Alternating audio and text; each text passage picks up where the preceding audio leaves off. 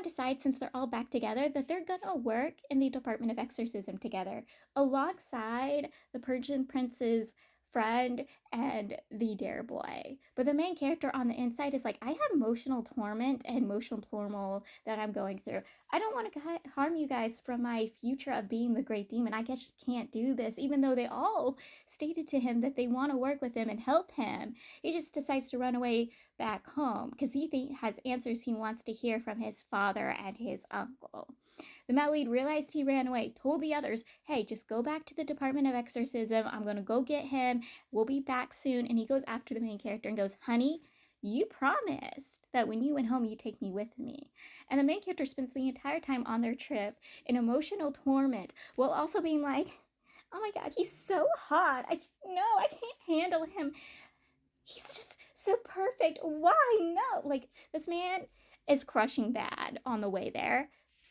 So they get there to the main character's childhood home, and the main character's starting to ask questions to his dairy daddy, which everything he learns is the truth, which upsets him. And his dad, acting full on like the brother from Grandmaster Demonic Convention, these two cannot talk with people and actually have a conversation without being angry and not fully explaining themselves and letting their anger do the talking. So it causes a little turf between him and his son, even though he wants to protect his son, wants to care for his son, feels guilty for what his brothers did to this poor child and to his mother. This man can't fully explain to himself. It's just like, I'm going to lock you up. I'm going to protect you and try to reseal the great demon inside you. I'm going to do this. And then I'm throwing the Mad Lead off the cliff. Like, he full on just murks the Mad Lead off the cliff. Because he is the only one can protect the main character. He does not believe that the Mad Lead could protect his son. Even though the main character's paternal uncle's like, yeah, he can protect the main character. And he's like, no. So the Mad Lead has to climb all the way up the mountain again.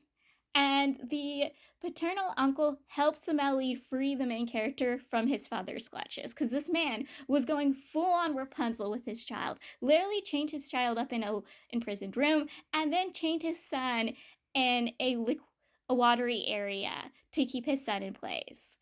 This man was just like, no, you're not going anywhere. And I'm like, dude, you are full on the brother from Grandmaster Demonic Convention. You really giving those vibes right now. Like, this dude needs just to talk things out. Don't let his anguish control him. Like, honey, I get where you're coming from, but you got to talk things out. And after the main character and the Mad Lead ran away, him and the paternal uncle got into a literal fight. They were destroying peaks in their battle. They finally calmed down and stopped fighting, but they were destroying stuff in their battle over the main character. I am not kidding. I love this dad, but this dad needs to relax. And the main character finally getting through his torment and turmoil and coming up with the idea that he's just going to let himself die. He's going to just enjoy his time until he dies. But he's also going to try to push the Mad Lead away. He can't have a romantic relationship with the Mad Lead because he could possibly die in the future, and it could possibly die in the hands of the Mad Lead, and he just couldn't go through with that. But he's also awkward and embarrassed and crushing on their way back. He's like, this man is so hot. He's so handsome. I can't handle him. I am not kidding. This is literally his mindset this entire time. Once he realized his feelings, this dude he can't have physical contact or be near the Mad Lead without being like, he's hot.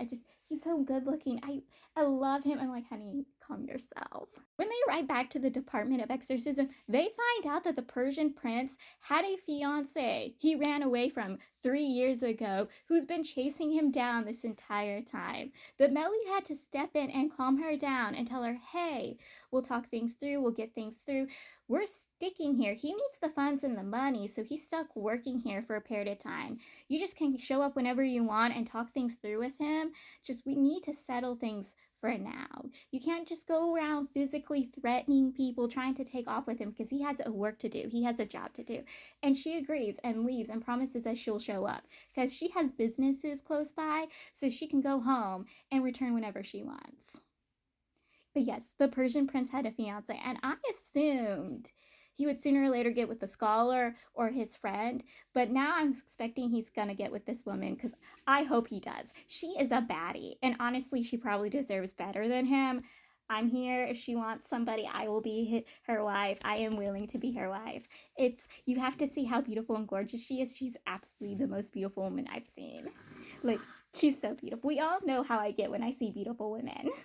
She's beautiful. So the main character and the Melly, they kind of split up.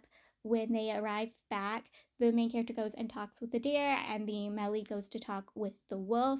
And the main character and the deers is basically about the relationship. The main character telling the deer he's just gonna not have a relationship with the Melly. He's gonna continue to deny his feelings for the Melly, and the deer trying to tell him, no, have those feelings. Do not let yourself become the great demon and die. Don't let yourself not have a relationship with the Melly. Like, you guys love each other, be with each other. And the main character denying it, and the main character also bringing up the relationship between the wolf and the deer being like, he doesn't love me for who I am, he loves me for the idea that I am the deer.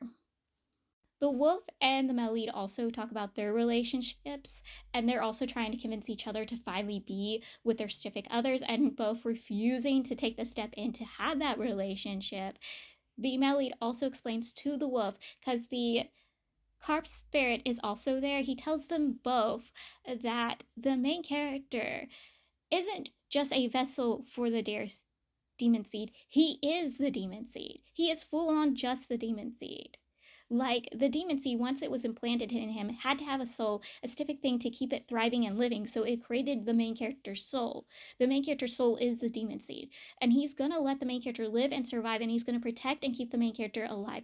That is the thing he promised the main character's adopted father and paternal uncle, that he will do everything to protect the main character, and no one's gonna stop him. And he's gonna figure out how to save the main character from the main character's fate, even if he becomes a corpse to do it. And I love him.